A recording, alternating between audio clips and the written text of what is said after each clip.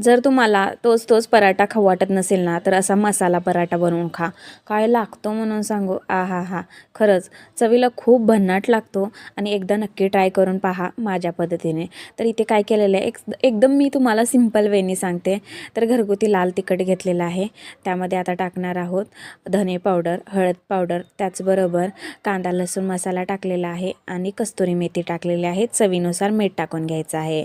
आता जेवढे तुमच्या घरामध्ये मसाले अवेलेबल आहेत ना, तेवढे सगळे टाकले तरी चालेल, काहीच प्रॉब्लेम नाही आहे. तर कस्तुरी मेथीसुद्धा टाकून झालेली आहे आणि मेन महत्त्वाचं म्हणजे त्यामध्ये आपण टाकणार आहोत ओवा. ओव्याने खूप छान अशी चव येते पराठ्याला आणि मसाला जो आहे ना, तो पूर्णपणे असा मिक्स करून घेऊया. आणि हा जो मसाला आहे तो पूर्णपणे एका डब्यामध्ये तुम्ही स्टोअरसुद्धा करून ठेवू शकता.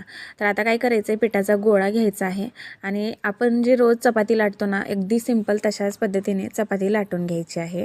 आणि तुम्ही इथे बघू शकता, मस्त अशी चपाती जी आहे ना, ती गोलाकार आकारामध्ये लाटून झालेली आहे.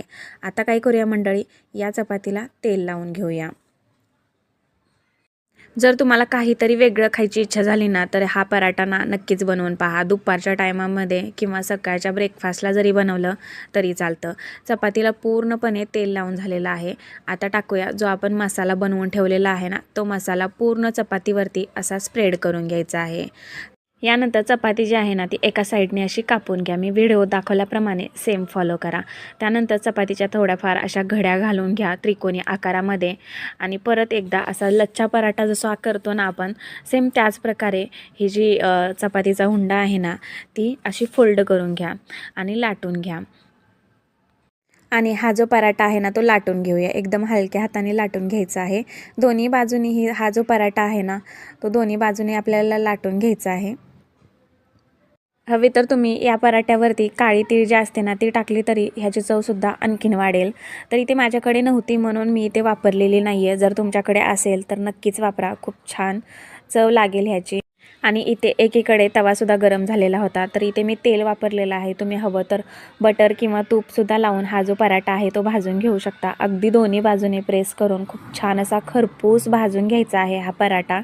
खरंच सांगते, ह्याची चव आहे ना, तुम्हालासुद्धा आवडेल. तुम्ही एकदा नक्की बनवून पहा आणि मला कमेंट्स करून सांगा कसा झाला आहे हा पराठा. अगदी ह्या पराठ्यासोबत काहीही खायची गरज नाही आहे. असाच खायलासुद्धा खूप छान लागतो. तर मग तुम्ही कधी बनवताय हा मसाला पराठा?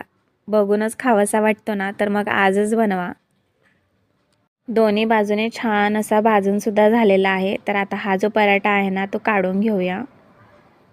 आणि अगदी मी तुम्हाला जवळून खोलून दाखवते हा पराठा. पूर्णपणे असा आतून सुद्धा